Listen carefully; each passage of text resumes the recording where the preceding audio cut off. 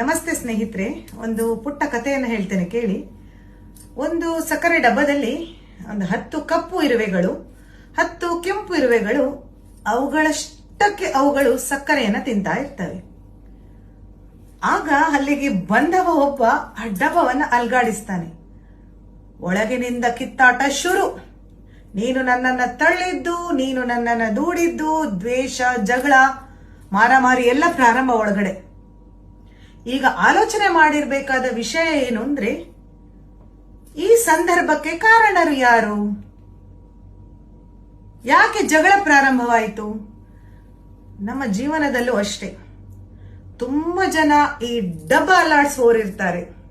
So ಆ ಸಂದರ್ಭದಲ್ಲಿ ನಾವು ಜಾಗೃತರಾಗಿ ನಮ್ಮ ಸಮಸ್ಯೆಯನ್ನ ಪರಿಹಾರ ಮಾಡ್ಕೊಳ್ಬೇಕೇ ಹೊರತು ಅಂಥ ಡಬ್ಬ ಆಡಿಸೋರಿಗೆ ನಮ್ಮ ಲೈಫ್ ಅಲ್ಲಿ ಎಂಟ್ರಿ ಕೊಡಬಾರ್ದು ಅಷ್ಟೇ.